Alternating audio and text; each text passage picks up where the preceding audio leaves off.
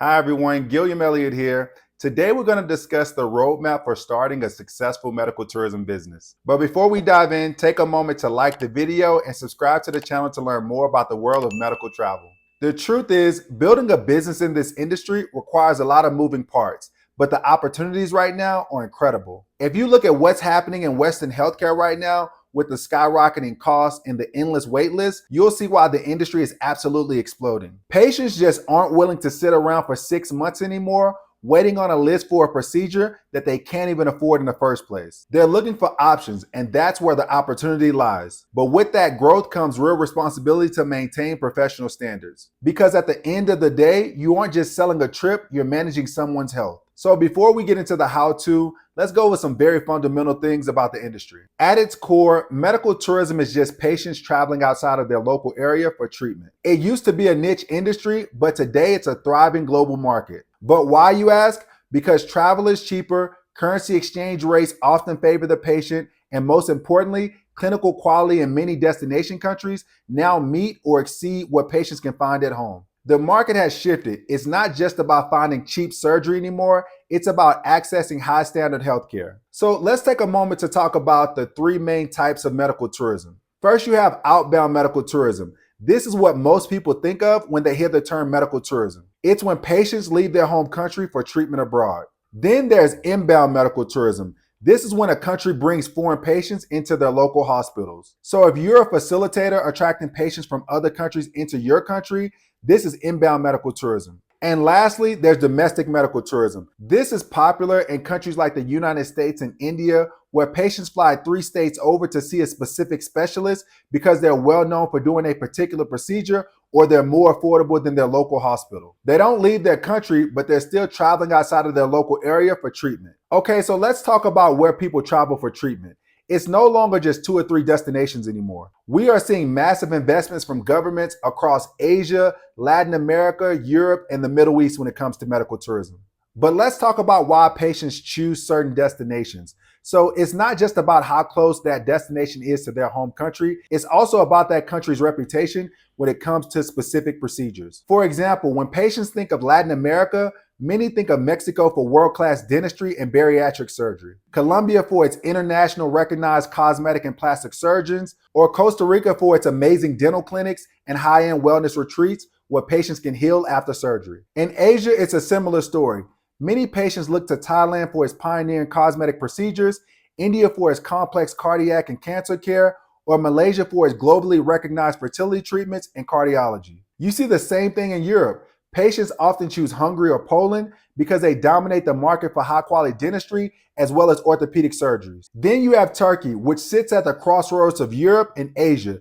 It's been a long-time top choice for hair transplants and dental care, as well as other procedures. In the Middle East, the trend continues. Many people head to the United Arab Emirates for top-tier sports medicine, or Jordan, which is a major regional hub for specialized rehabilitation and healing retreats. I want to make sure you guys keep in mind, these are just examples. There are dozens of countries known for high-end affordable care, and while these destinations offer many types of treatments, the most popular ones gain their reputation from a few specific procedures. So how do you move from an idea to an actual business? It all comes down to how you structure your startup. As a medical tourism facilitator, you're acting as a bridge between the patient and the overseas hospital, and that bridge has to be built on trust. But to build that bridge, you need a solid framework. So here are 6 pillars of success for your medical tourism startup. First, you need to analyze the market. Don't try to be everything to everyone. You need to pick a country and find out what procedures people are actually traveling there for. The goal is to find a high demand procedure in that destination where there's a gap in the market, which gives you the space to come in and offer a better, more specialized service. Next, you have to map out your strategy. This doesn't have to be complicated, but it should be clear. You'll have to know how many clients you'll need to facilitate each month to stay profitable. Step 3 is all about establishing credibility and licensing. Having the right certification is one of the only ways to set yourself apart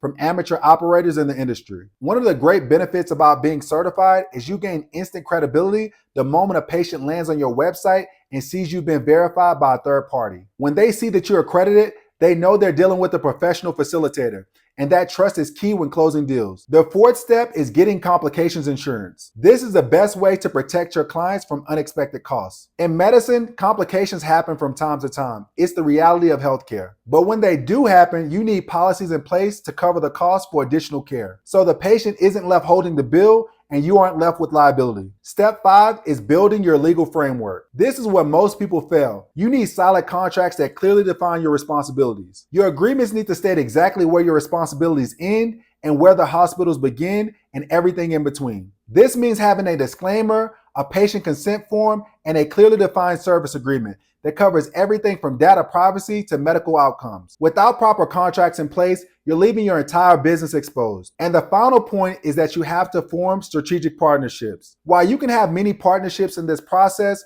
the core of your operation relies on having the main players aligned. You need the hospital, the hotel, and local transport all working in sync to ensure the patient has a seamless experience. When these partners are vetted and professional, it usually eliminates the friction that usually ruins a medical trip. Now, at some point during this video, you might have asked yourself, why wouldn't a patient just book this on their own? Well, the benefit of having a professional medical travel agency is peace of mind. For the patient, you're the filter. You've already vetted the doctors, you've checked the hospital's accreditations, and you smoothed out the logistics. You essentially saved them from the unknown, which is huge. And for the hospitals, you're providing a steady stream of prepared, well-informed patients. At the end of the day, medical tourism is about value. It's about giving people a way out of broken healthcare systems that force them to pay high costs and endure long waiting times. For you as an entrepreneur, the growth potential is limitless. But remember, your success is tied to patient safety. If you plan well, stay compliant, and build the right partnerships, you aren't just building a business, you're changing how the world accesses healthcare. Thank you for watching this video. If you would like more information on how we can help you launch and grow your medical travel business, check out the links in the description.